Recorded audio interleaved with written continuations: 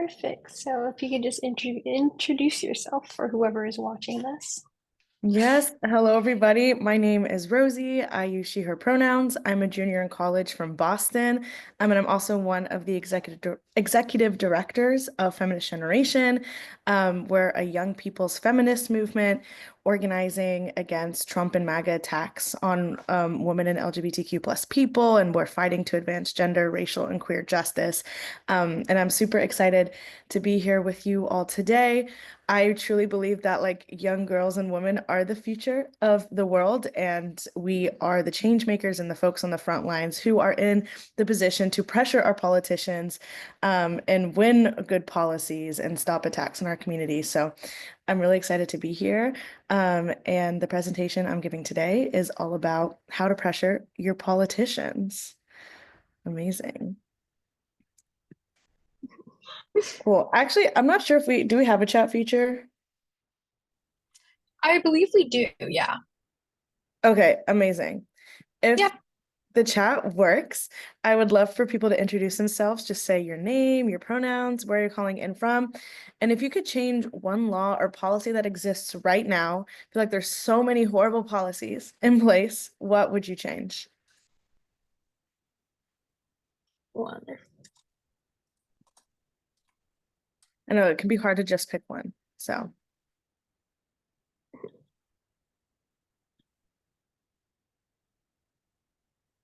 Oh, it is only us in the chat at this moment in time. okay, that's totally good. Just think about it. And I'm sure you all are the coolest and have the coolest names and calling in from the coolest places and are saying the most horrific policies ever. And I agree with all of them. Okay, amazing. I'll go ahead and keep us moving. Okay, yeah, cool. Like I said, I'm with Feminist Generation. We're a nationwide movement of young people working to advance gender, racial, and queer justice. We're young feminists. We're organizing on campuses and communities and in communities. And we do a lot of legislative advocacy, direct action, mutual aid work, all to, build a feminist future for all of us. And here's some fun pictures of some of our different actions. If you ever want to learn more about Feminist Generation, you can search up feministgeneration.org. Okay, amazing. And just to get us a little bit on the same page about some recent news headlines, I feel like the headlines are literally always changing. So if there's something new, or I guess we know we don't have the chat, but these are just literally like, 8 headlines. It does not capture all the craziness that is happening on all levels of government right now that, are attacking our equality, are attacking our rights and futures.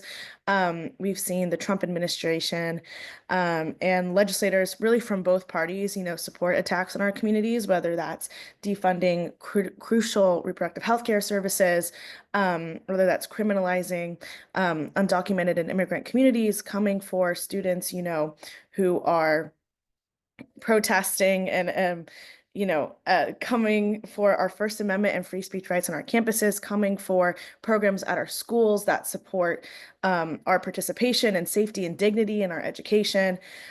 So there's a lot of bad going on, but what the good news is that we as young people, as young girls, have the tools and resources. Yes, so this slide gives me anxiety too, but we have the tools and resources to fight back. Um, I never we have power, we have abilities to intervene, to talk directly with the people who are making these decisions, and that's what this presentation is going to be about. So incredible. So talking a little bit about why we pressure our politicians, and just some like framings for this conversation. We are constituents, which means that our politicians answer to us. They work for us. Our communities are, the ones we are friends, our peers, our teachers, our parents, everybody. We are the ones who actually elect these people to serve and represent our values. So whenever you are taking up the time of your representative or their staff, that is time that they owe you. So take up that space, stay loud, and fight for what you want because it's literally their job to represent you. I also want to say that we must each do our part to pressure our politicians on all levels of government. I know we hear a lot about the presidency, we hear a lot about Congress, but there are so many policies that are passing on the state and local level that really impact our lives. We can't let any of our representatives go unchecked. Even thinking about, school boards, and if you're a student at a high school or a college, think about the leadership of that school. These are all people who are passing policies that impact your life. And arguably things that happen on the local and state level have more of a direct impact on your community. So we must all do our part to cover all the representatives on all the levels. I also want to address this idea that there's like one political party is good and one is bad. The reality is that all of our representatives need to be held accountable. Even if they're generally acting in a way that we like, they can always be doing more, right? They can always be vocally championing or vocally opposing something we want them to. So even if you live in a community where it seems like everybody thinks one way, no voice is too small, no pressure is too small to keep pushing them to do better or to do different. No one is off the hook. That's a big theme throughout this presentation. And I also want to say that there's so many different tactics and ways to engage your politicians. It's really important that people, find the things that um, make most for your community. I grew up, it's like Florida and Georgia, where there can be like a lot of Republicans. Sometimes it can feel scary, especially with laws in place to speak up and to talk to representatives. You can always find a thing that makes the most sense for you, and no action is too small. You can always build up to something that's like more intense and garnering more support. Incredible. Okay, so I want to just take a minute to give a brief overview of all the different tactics that exist. Honestly, there are more tactics even beyond this, but all the different ways that you can reach your representative and put the pressure on them. You have your more traditional methods that typically fall under the umbrella by most people of lobbying. It's about directly contacting that representative or the staff that's working for them. Some of the biggest methods for this are calling, emailing, writing letters, and even setting up meetings directly with a representative or with their staff. And we'll get in the next couple slides about how to find that contact information and how to reach out. There's also a whole bunch of different tactics that fall outside of that more traditional bucket. You have protests, you have disruptions and confrontations, you can go to town halls, you can do this thing called bird dogging, which we'll talk about. And really the idea of this is that your representatives, whether they're in the office or outside, are working for you. Sometimes they make themselves inaccessible or non-responsive when they're actually like in their physical office. But their obligation exists beyond that. And there's ways that you can put on the pressure, even if you're maybe being shut out from more of the traditional institutional methods.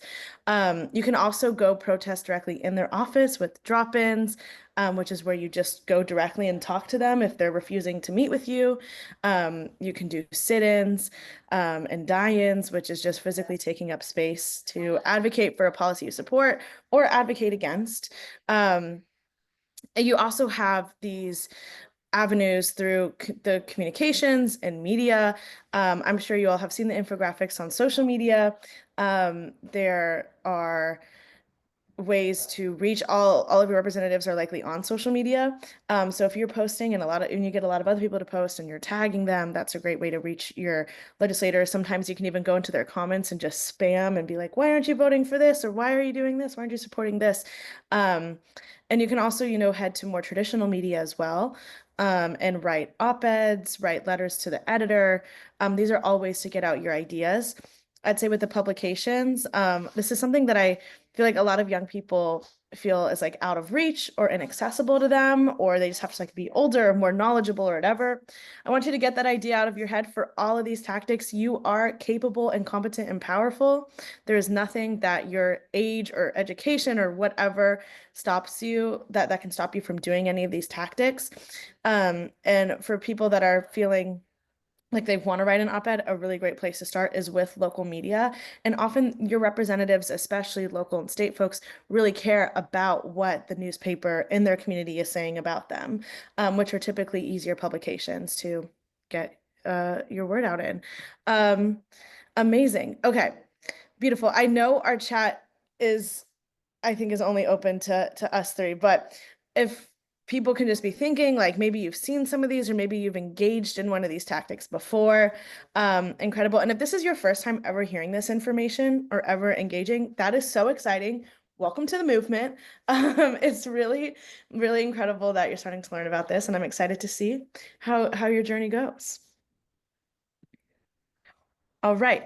So, in order to pressure your politicians, you first have to find out who they are and how to contact them, and also how to look up legislation. And I apologize too, I'm going pretty fast to these things because we only have an hour. So, I'm going to go through a lot, but I'm going to give you the links you need and the words you need to search up. And I am also happy to share my email and contact information to address any questions we may not be able to during this time.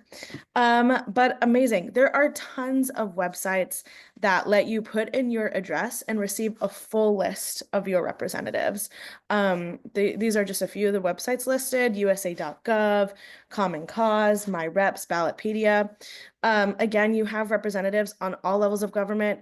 Every time I put in my address to like find who my reps are, I'm always surprised. I was like, see new local positions that I feel like I've never heard of. But these websites are really great for that because they just tell you entirely who are all your representatives on all the levels of government. They give you their names and also the ways to contact them. And you can contact them mostly, they'll have like an email and also a number. And some offices are more inaccessible than others, but we'll kind of get to how to troubleshoot that in the different ways for actually contacting them. Also, if you're, wanting to look at a full list of representatives, you can always go to like the legislature's website or your local city government's website and get that full list. For Congress, you can go to congress.gov. You can also go to your Secretary of State's website for the state level. Honestly, so there is no standardized way that state legislatures have like websites or legislative information systems. But you can always, like I have kind of down here, on the state level, Google your state legislative information system. You can always just kind of like go to Google, be like, my state's state senate, or my state's House of Representatives, or my state's assembly. Each state even has like a different name for their state legislature. So sometimes you just kind of have to just do a little sleuthing online.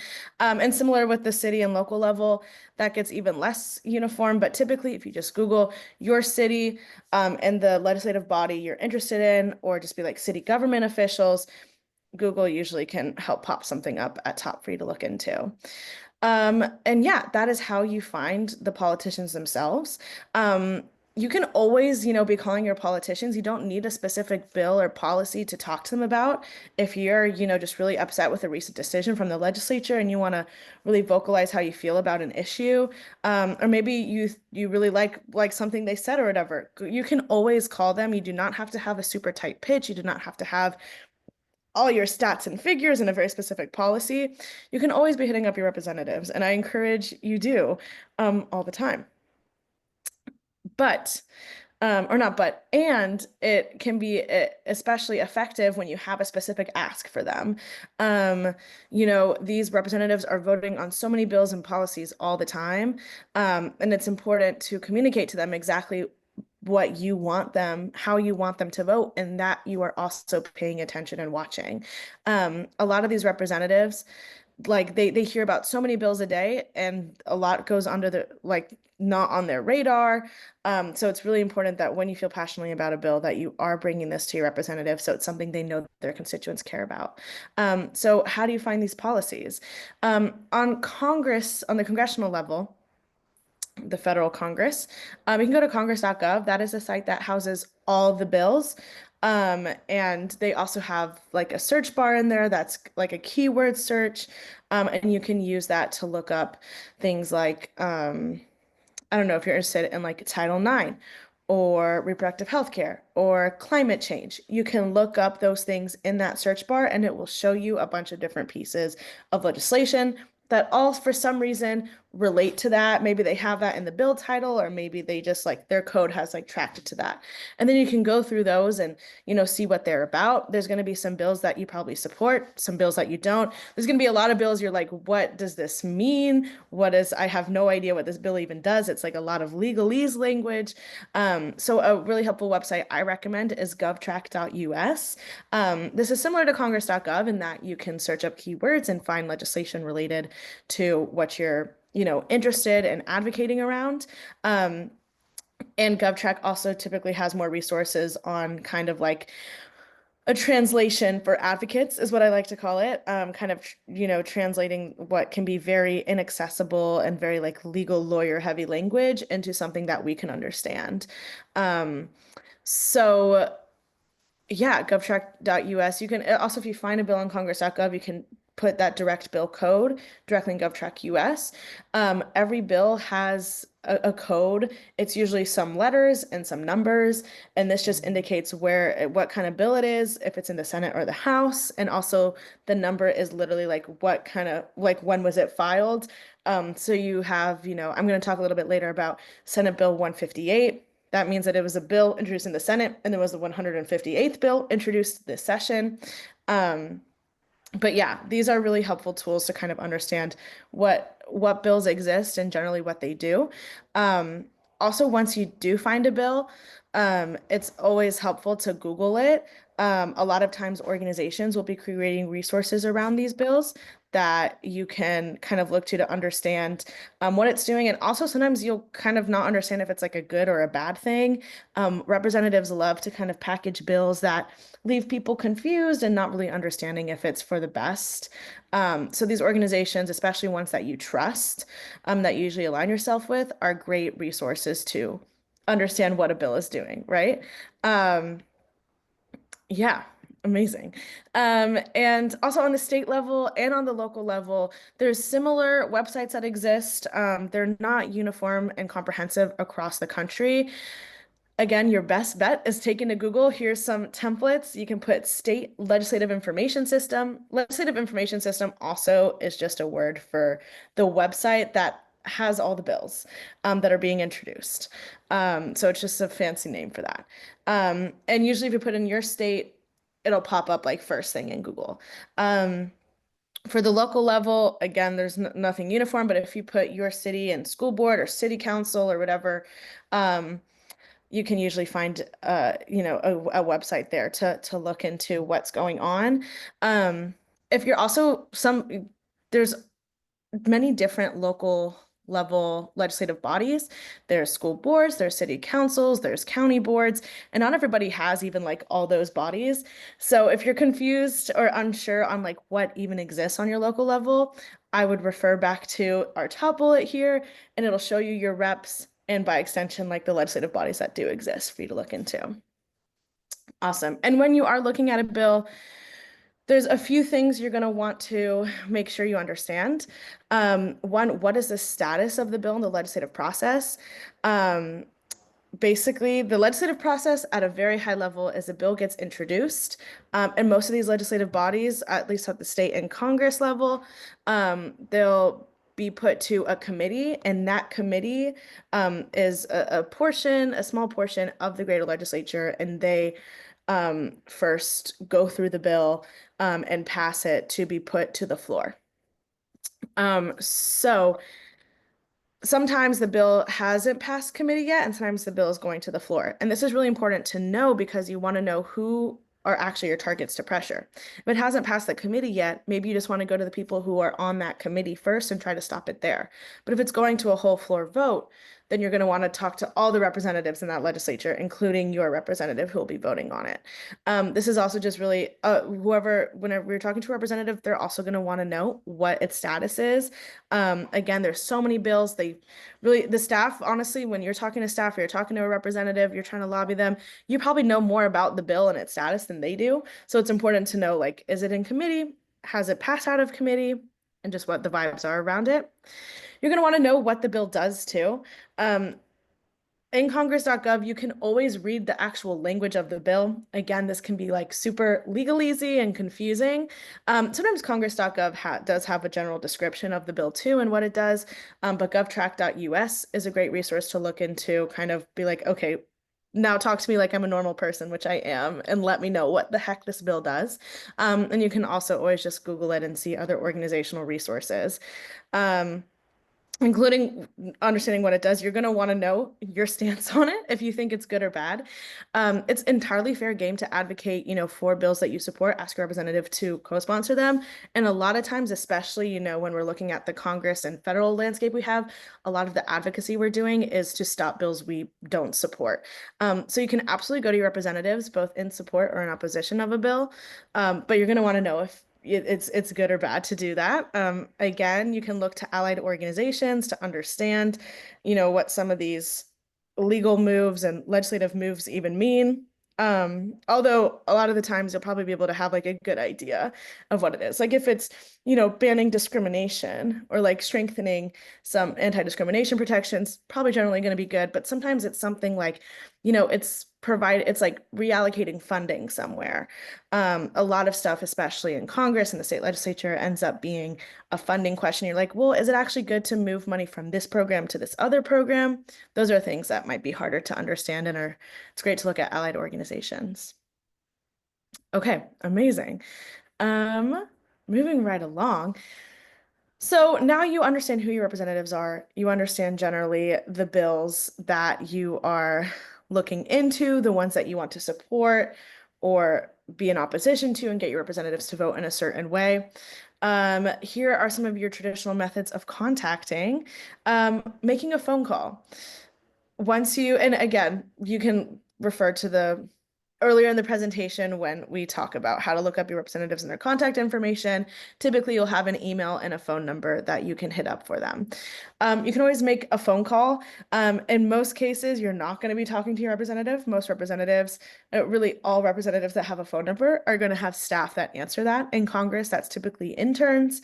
And the state and local level, those are also often interns, but could also be higher level staff. Um, and sometimes you're just going to be talking to a voicemail.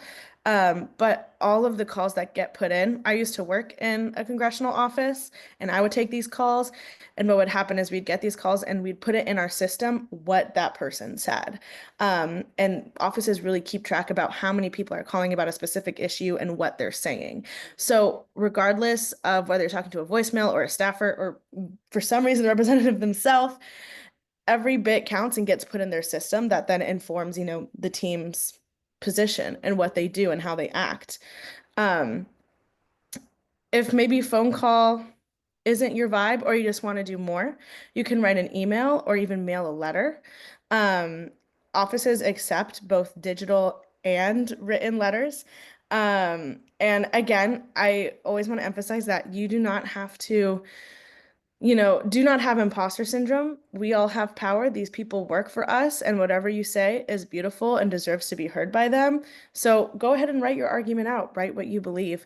You can email or mail a letter. And again, very similar to a phone call, they're going to know how many people are contacting them about a specific issue. Um, this is kind of the real level up from these two methods, which you can do from the comfort of your own home. You can actually go visit the office in person. This is what we call a lobbying meeting. Sometimes you can literally email the office and be like, I'm a constituent. I would like to set up a meeting to talk about this bill. And a lot of times they are, again, obligated to you. They represent and work for you, and they'll go ahead and meet with you. This can happen in person. It can also happen digitally via Zoom. It really just depends on, the office's policies and also what is accessible to you. And also representatives have their offices in the Capitol, but they also have local offices that are going to be closer for you to get to if you are wanting an in-person option. Definitely meeting in person if you have the capacity and the resources to get to an office or the time to meet virtually. This is definitely the most effective way to get your message across to them. You're able to talk directly to them. And when you are in a meeting, you're not meeting just with interns, you're meeting with the staffers who are actually working on the bills. So this is your chance to really tell your story give this legislative staffer the facts about this policy. Again, they have so much in their portfolios, they have so much they're working on. You know more about the bill probably than they do, and this is your chance to really just speak your truth to them, and that will stick in a way that, a phone call or an email won't. Again, you kind of have these more escalatory protesty methods like sit-ins and demonstrations and bird dogging, which we'll get to towards the end of the presentation. Incredible. So we have these phone calls, we have the letter writing, the emails, and we have meeting in person, which is kind of the escalation of sorts. And all those different methods have different, kind of timestamps of how long you're talking to the representative or to the office. Like with a phone call, it's probably like 30 seconds, a minute long. With an email, you definitely have more time to write things out. And in a meeting, meetings can last 15 minutes, 30 minutes, and sometimes even longer.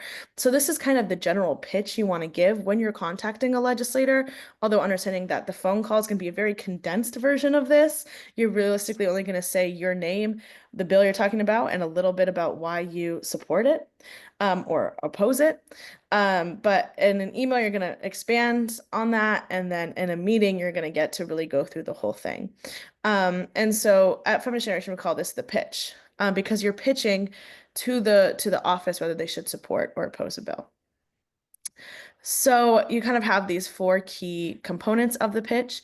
Whenever you're talking, whether that's going to be, just making a call or in a meeting, you're going to want to give the basic introduction of who you are, meaning your name, also like where you're from. You can say your city. And if you are a constituent, you can really contact any representative you want, including ones that don't directly work for you. And this is, often happens if a movement is really trying to pressure one person to vote a certain way, they'll encourage people not in the district.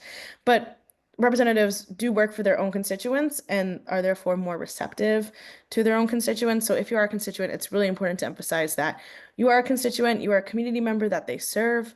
After you establish who you are, you're going to want to talk about what the bill is. And when you do this, you want to give the specifics of its name, and its code. And like I said, the code is going to be the letters and the numbers when you look it up. This is just the quick way that the legislators are able to classify all of these and note it down. They also, all bills have names. Usually they're trying to be like snappy and like messaging things. So you also want to communicate that. And you also want to communicate the patrons. And this is just another word for who wrote the bill, who introduced the bill.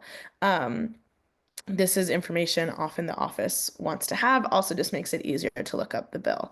So those are kind of the basics, logistics. You want to communicate. You also want to let them know the status. Again, if it's in a committee, if it's headed to a floor vote, this will be clear on congress.gov. When you see it has all this information right there. And you just want to save your staffer some time and also prove to them that you really know what you're talking about by providing this information to them. Something else that oftentimes staffers will ask, especially if you're in a meeting talking to them, is how much support does this have? Does it have bipartisan support? So you're going to want to check out the number of co-sponsors a bill has. And this is basically when legislators, they didn't introduce the bill, they're not patrons, but they've officially showed their support for the bill by giving in a co-sponsorship, being like, I approve this bill, I want it to come to the floor, and I'm going to vote yes, is basically what legislators mean when they do that. So oftentimes a legislator will want to know what is the level of support in that way. And also if there is bipartisan support, meaning if Republicans and Democrats both support it, or if it seems like a partisan issue. In addition to that basic information, you're going to want to give the basics of what the bill does. And this is just, at its highest level, maybe it's like a 30-second, 1 minute of just like, what does this bill actually call for? Is it implementing a new system? Is it reallocating funding? Is it, strengthening or weakening a certain statute or whatever? You're just going to want to give the basics of what it actually does. Now that you've laid out all that foundational information, you're going to want to give your reason for supporting or opposing the bill. And there's kind of 2 key things to keep in mind when you're giving this pitch. This is absolutely the meat of what you're saying. This is when you're trying to convince them to act in a certain way. You're going to want to have your facts and statistics. Numbers are important. staffers love to hear, the hard and fast, cold facts of a case, and what are the actual consequences or benefits of a given bill. And that can oftentimes best be communicated with numbers. Um, and you always want to follow up with, something a little bit more personal. Why do you care about this bill? That's, out of the context of the statistics. And how would this bill, impact you, impact your community? It's always good to tell personal stories. And personal stories don't have to be deeply personal and specific to you. It can just be speaking your truth and speaking your heart about why you support or oppose something. And these personal anecdotes and experiences are really things that can stick with the staffer and like change hearts and minds. Like your storytelling and really coming and speaking your truth and your heart is what may make the difference between a staffer being like, okay, well, this person came in and gave me all these numbers. So here's it for consideration for the representative versus them deciding to champion it because they see how much it can impact a constituent and impact their community. So once you give them your super brilliant facts and statistics and your heartfelt personal story, you're going to want to move to the wrap up. And the most important part of wrapping up is you want to give them a hard ask to support or oppose. Again, whatever your ask is, maybe you're asking them to commit to voting no. Maybe you're asking them to commit to co-sponsoring.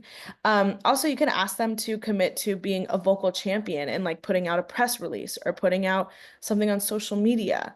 There's a lot of different asks you can put forward, but you want to make sure that you're just giving that ask completely straight up to them for your own record too. So you're going to be like, Senator, can you commit to voting no on Senate Bill 158? That's an example of a hard ask. And then let the staffer, respond. A lot of times they're going to give like not something that is super committal, because a lot of times the staffers can't make decisions themselves unless they already know how, the stance of the representative. Sometimes they like already have the office's stance is supposedly set, but they still, want to meet with the constituent. So sometimes they'll give you a firm answer, but most of the times they'll be like, oh, well, I'm gonna, go in and check. I'm gonna talk to my boss and I'm gonna see what they think. And, so it's still important to get across that and get the hard ask, even if they're not gonna give you a straight answer. And it's important to also like listen to what they say in response to your hard ask. If they are bringing up any considerations, like any things that they find troubling or they're just trying to like parse through, especially if they have any questions. It's really important to note those down and respond to them. If somebody asks a question when you're in a meeting, a staffer asks a question and you don't know the answer, or they bring up a problem that you're like, oh, I haven't really thought about that. I don't really know how to respond. They do not expect you to be an expert. It's completely fine to be like, thank you so much for bringing up that consideration. I'm going to note it down and get back to you. After you wrap that up, thank them for their time, and commit to them that you're going to follow up via email. And in that follow-up, you can share the answer to any questions or considerations that you weren't able to respond to in the meeting. Again, just reiterate the bill, the basics of the bill, and thank them again for their time. And, give a little nudge being like, hey, we're gonna keep a lookout on this. We're excited to see, what the state assembly member does or whatever. Amazing. Okay. Yes. Pro tip for the anxiety girlies among us, call after hours if you want to leave a voicemail. That is so real. Okay, I love that. Yeah, if anybody, oh, I know we don't have the chat. Sorry, I keep on referring back to the chat, but I know not everybody can access the chat. If folks have any questions or ideas, again, I'll share my contact information at the end. Incredible. Okay, cool. And here we're going to give a little bit on, again, some of the breaking down these methods of contact. Now that you have your pitch, for making phone calls, it's going to be a lot shorter, a lot quicker. You're not going to be giving that full outline of the pitch. You're going to be coming on, probably saying your name, that you're a constituent, and the basics, the super like 15-second basics of the bill. And then getting into why you support or oppose and how you want the senator or representative or city council member, whoever, to act. Again, you're not going to be talking to the representative themselves. You might be talking to an intern or a staffer or maybe a voicemail box. And they owe you the time of day. They work for you. Do not feel bad about calling and don't feel nervous too. A tip that I use is I saw somebody put in the chat just to call after hours so you can talk to a voicemail. That's totally real. If you're calling during the day, I'm just like, I tell myself, I don't know them, they don't know me. I'm just gonna call and I'm never gonna talk to this person again. So you really just don't have to think too much about it and just go for it. Um, and yeah, after you call, there is strength in numbers. Like I said, they're keeping track of how many people are contacting their representatives about a specific issue. So after you call, go ahead and share with your friends, share with the people that you organize with and advocate with, and encourage them to do the same. There is strength in numbers, and the more the merrier. And really, as like the call numbers start racking up, it definitely starts adding up. Okay, amazing. With letters and emails, it's pretty similar actually to a voicemail, or yeah, it's like a voicemail because you're not in conversation with somebody, you're just like giving the pitch. That's a little bit more expanded. You have your email and letter can be as long as you want it to be. I typically tell people to keep it to about 3 paragraphs.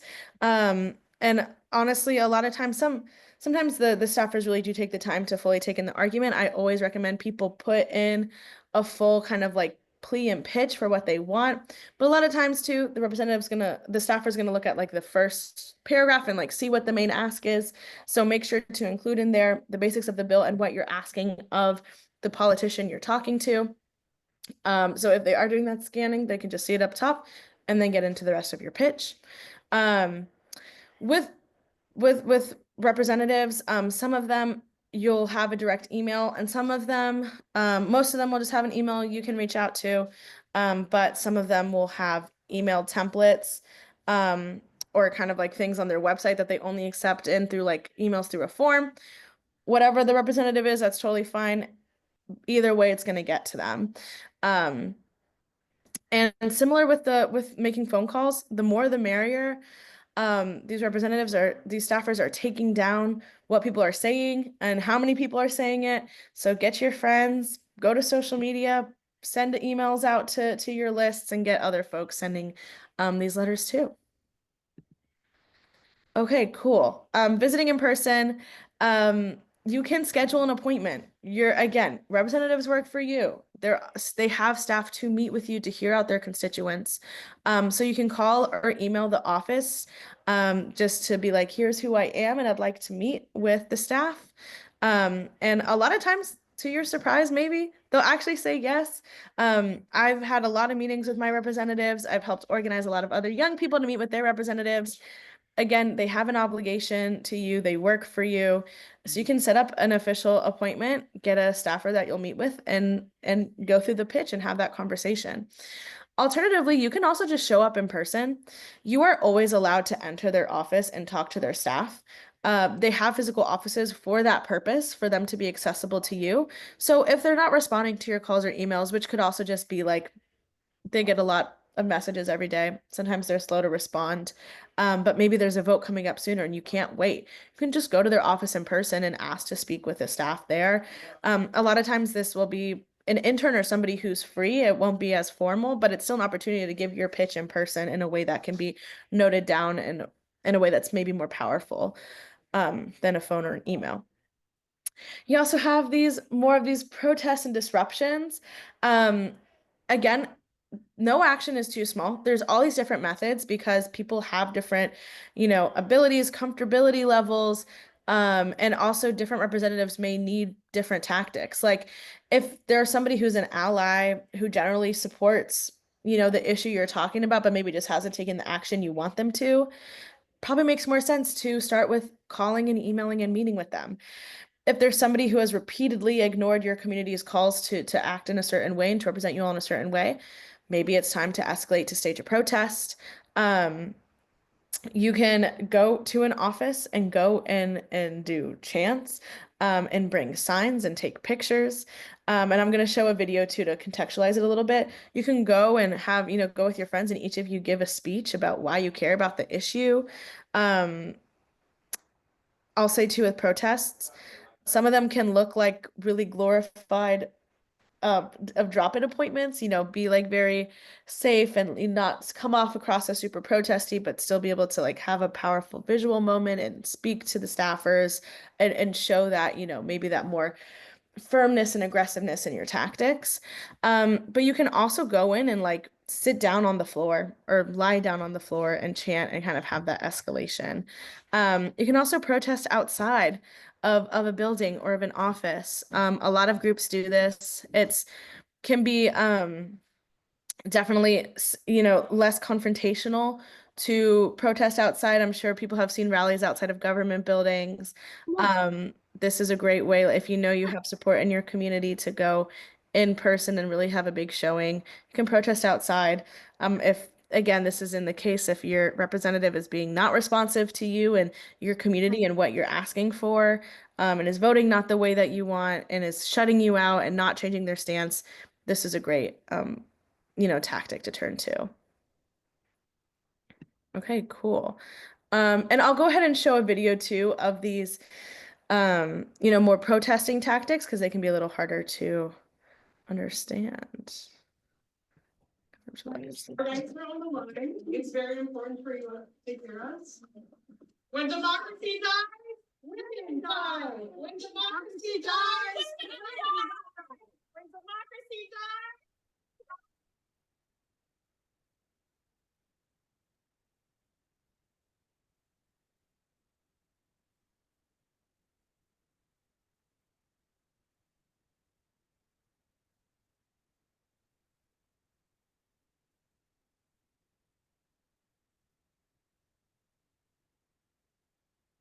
Why are you stinky?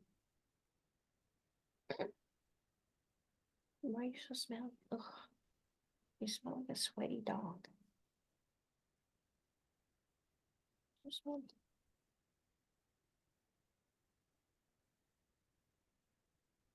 Okay, incredible. For time, I'm going to keep us moving, but this is a video of Young Feminists back in November, going into congressional offices and demanding who were ignoring our calls for meetings, who were not being responsive to what we were doing. We went and had these die-ins, these democracy die-ins is what we called them, to urge them to act. And you go and take a video, and it really stuck with the staffers. And actually, they then responded to our ask for a meeting afterwards. So some of these, more protest tactics can also be ways that you just get your foot in the door and get them to have a meeting with you. Incredible.